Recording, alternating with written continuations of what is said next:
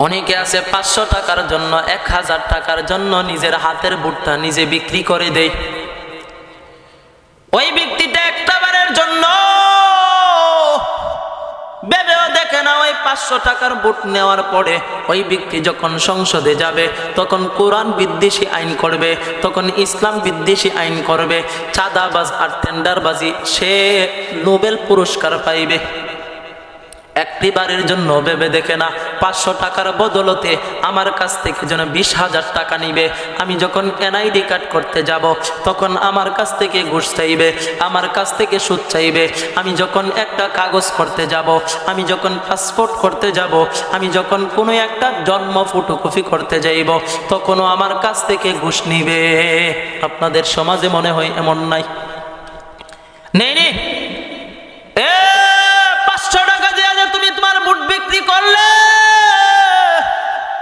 আর তোমার ওই বুট দেওয়ার পরে সংসদ ভবনের মধ্যে যখন একটা সুদখোর গেল, একটা ঘুষখোর গেল, একটা সাদাবাজ গেল, একটা টেন্ডারবাজ গেল, যখন তোমার এলাকার মধ্যে দিয়া ওই ব্যক্তিটার কাছে যখন কোনো একটা বরাদ্দ আসবে, কোনো একটা বাজেট আসবে, তখন দেখা যায় কি এক পর্যায়ে তোমার ওই 500 টাকা তুলতে যাইয়া ওই আল্লাহর বান্দার কাছে যদি 5 কোটি টাকা বাজেট আসে, 5 কোটির থেকে 4 কোটি মার দিয়া যে 1 কোটি টাকা সবে মাত্র মেম্বারের কাছে দেয়, মেম্বার আবার ওইটার থেকে মার দেই, মেম্বার ওইটার থেকে মার দিয়া 50 লাখ টাকা বাজেট করে, বাজেট থেকে আবার 50 লাখ টাকার থেকে আবার ফাতি নেতা সুতা আসেনি, যাদেরকে দিয়া চাঁদা তোলা হয় ওরা আসেনি, ওদের মাধ্যমে আবার একটা ভাগ করা হয়, তখন সবে মাত্র 20 থেকে 10 লাখ টাকা রাস্তা আসে, গ্রামের কাজে আসে।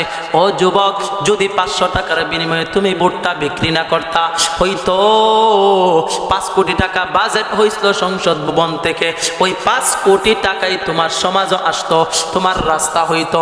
বর্তমান সময়ে দেখা যায় রাস্তাগুলা সেপ দিয়া লেপ দিয়া মোট দিয়া রাখছে, এক পর্যায়ে যখন রাস্তা আজকে করছে 2 দিন পর রাস্তা আবার অটোমেটিক ভাঙ্গা শুরু হয়ে যায়। কেনই বা রাস্তার এই দুর্দশা? এর মধ্যে সর্বপ্রথম কারণ হলো শুধুমাত্র যারা সংসদে আছে তাদের দোষ না। আমি বলবো তুমি যে 500 টাকার ভোট, 500 টাকা দিয়া যে 1000 টাকা দিয়া যে তুমি তোমার ভোট বিক্রি করছো, এর মধ্যে তুমিও কিন্তু সমান ভাগীদার। ওই ব্যক্তি হয়তো 100 কোটি টাকা চুরি করবে, ওই ব্যক্তি 100 কোটি টাকা চুরি কইরা সেই গুনাহ কামাইলো, তুমি কিন্তু একটা ভোট দিয়া শুধুমাত্র ওই গুনার ভাগীদার হয়ে গেলা। এজন্যই বলি সাবধান, সাবধান সাবধান। সংসদে ওই ব্যক্তিদেরকে পাঠাইবা যেই ব্যক্তির মাধ্যমে কোরআনের খেদমত হবে, সুন্নাহর খেদমত হবে, সমাজের মধ্যে ভালো মানুষদের প্রচলন বেড়ে যাবে। আর যখন তুমি একটা মদখোররে পাঠাইবা, যখন একটা সুদখোররে পাঠাইবা, যখন একটা বদমাইশরে পাঠাইবা, যখন একটা সাদাবাজরে পাঠাইবা, যখন একটা টেন্ডারবাজরে পাঠাইবা, মনে রাখো যুবক, তখন ওই টেন্ডারবাজ সমাজের থেকে সংসদ ভবনে যাওয়ার পরে যখন সমাজে আবার সে কোনো একটা বাজেট নিয়ে আসবে, তখন কিন্তু সর্ব অবস্থায় ভালো মানুষদেরকে ইগনোর করবে, সর্ব অবস্থায় চাঁদাবাজ আর টেন্ডারবাজ আর মদখোর আর ঘুষখোর আর ইয়াবাখোরদেরকেই সে ভালো পথ করে দিবে। এক পর্যায়ে সমাজের ভালো সন্তানগুলো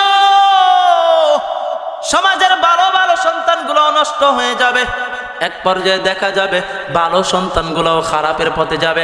আর যখন ঠিক তোমার ভোটের মাধ্যমে তুমি 500 টাকা দা ভোট বিক্রি করো নাই, তুমি একটি ভালো মানুষকে ভোটের মাধ্যমে নির্বাচিত করলে, ভালো একটি ব্যক্তিকে নির্বাচিত করলে, যখন ওই ব্যক্তি সংসদে যাবে, যখন 100 টাকা, যখন কথার কথা 5 কোটি টাকা বরাদ্দ আসবে, তখন দেখা যাবে কি ওই ব্যক্তিটা ওই সমাজের মধ্যে সবচেয়ে বদখোর আর সুদখোর আর ইয়াবাখোর যে সন্তানগুলো আছে, ওই সন্তানদের ভালো করার পদক্ষেপ নিবে, ঠিক না বেঠিক?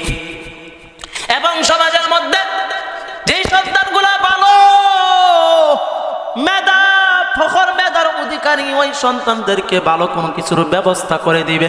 কিন্তু বড় দুঃখ নিয়ে বলতে হয়, হ্যাঁ এটাই সত্য কথা।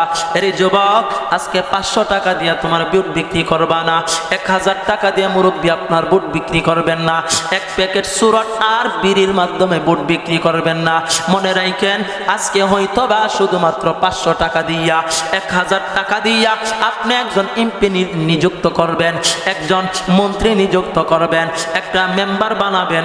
মনে রাখবেন, ওই 500 টাকার বুট পাওয়ার পরে আপনার থেকেই ওই ব্যক্তিটা 5000 টাকা হাতায় নিবে। একটিবারের জন্য ভাবেন নাই, বাপজান 500 টাকা পাইছি, যারা ইচ্ছা তারে বুট দিমু, হুজুর এত কিছু বলার দরকার কি?